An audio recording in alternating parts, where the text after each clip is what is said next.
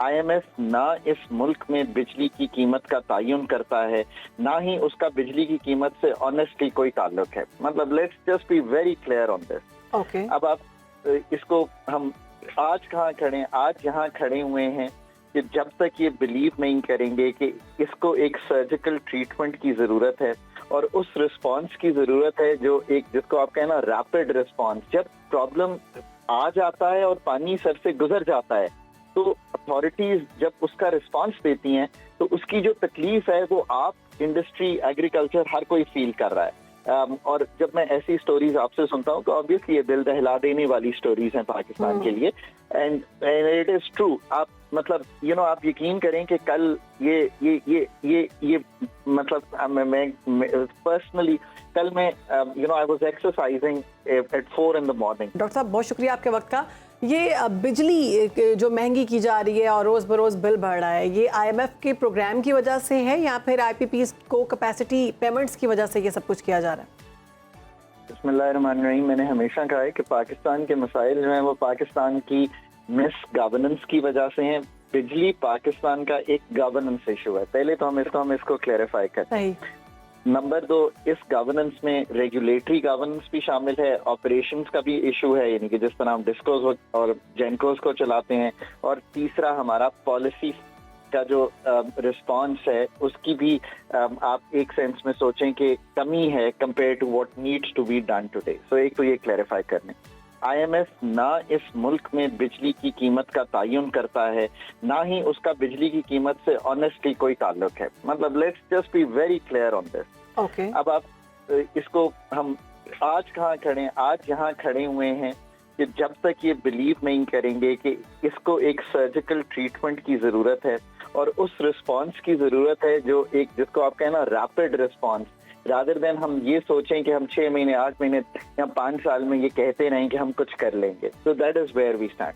हुकूमत को मैं इतना क्रेडिट जरूर देता हूँ कि उसको अदराक सब चीजों का है, इसलिए कि हम जैसे लोग तो पिछले 2 साल से कह रहे हैं कि पाकिस्तान के आईपीपीज का एक हल, और ये फिर भी याद रखिए कि मैं बार बार कहता हूँ IPPs is just part of the issue that has been created multiple reasons की वजह से। इसमें 52% तो आप आईपीपीज हैं ही नहीं, ये कहना ही गलत है। वो कैपेसिटी गवर्नमेंट खुद ओन करती है पाकिस्तान की। नंबर 2, बाकी 48% को आप इंडिपेंडेंट पावर प्रोजेक्ट्स कह सकते हैं, ये बात दुरुस्त है। उसमें से 23% चाइनीज हैं जिसमें ये इशू खड़ा हो रहा है, वो 2015 की पॉलिसी के हैं। उस पे मैं पिछले 2 साल से कह रहा हूँ और मुझे बड़ी अच्छी तरह याद है, बड़ा अरसा हो गया है।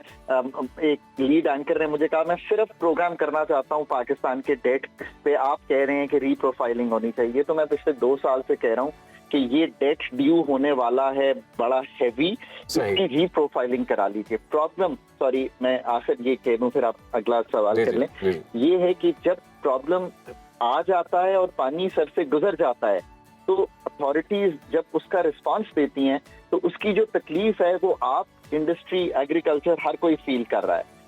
और जब मैं ऐसी स्टोरीज आपसे सुनता हूँ तो ऑब्वियसली ये दिल दहला देने वाली स्टोरीज हैं पाकिस्तान के लिए। And it is true. आप मतलब आप यकीन करें कि कल ये मतलब मैं पर्सनली कल मैं I was exercising at 4 in the morning। तो एक बंदा मेरे पास आया जो कि वहाँ पे काम करता है जिम में, उसने मुझे ऐसी ही एक स्टोरी कही कि डॉक्टर साहब आप माहिर माशियात हैं, ये मेरा बिल आया है, मैं क्या करूँ। तो एक तो प्रॉब्लम ये है कि जब हम ये अगर 2 साल पहले ये डेट रीप्रोफाइलिंग आज करा लेते तो ये इशू ही ना खड़ा होता।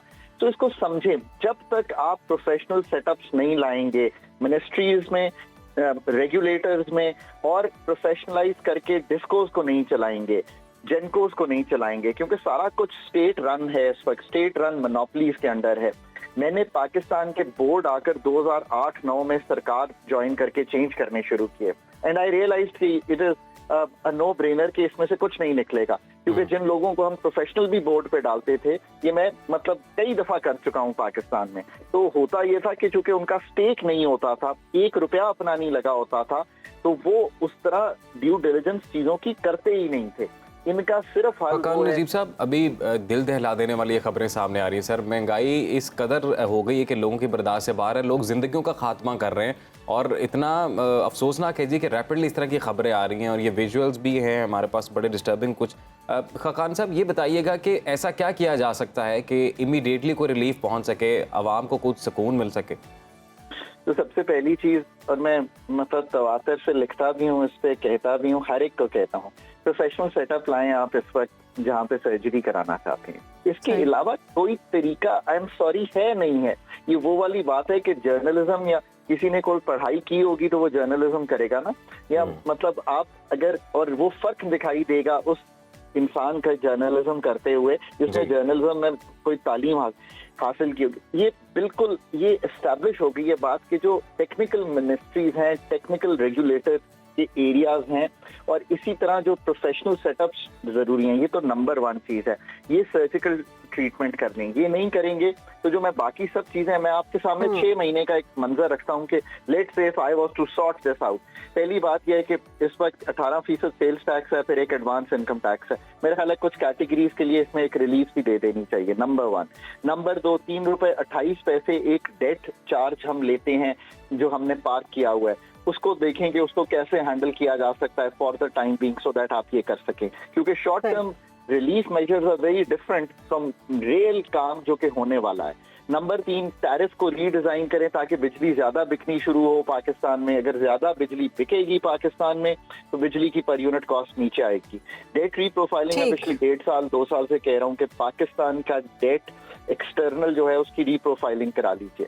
उसकी रीप्रोफाइलिंग में अगर अभी भी कोई कमिटीज बनती हैं, ये एक लॉन्ग टर्म, उसके लिए आपको अपनी प्रोफेशनल अगेन टीम लानी पड़ेगी जो ये प्रोफेशनल लोगों को बिठाना पड़ेगा। सर्जिकल ट्रीटमेंट की जरूरत है। आपने दुरुस्त फरमाया खाकान नजीब साहब, बहुत शुक्रिया आपका।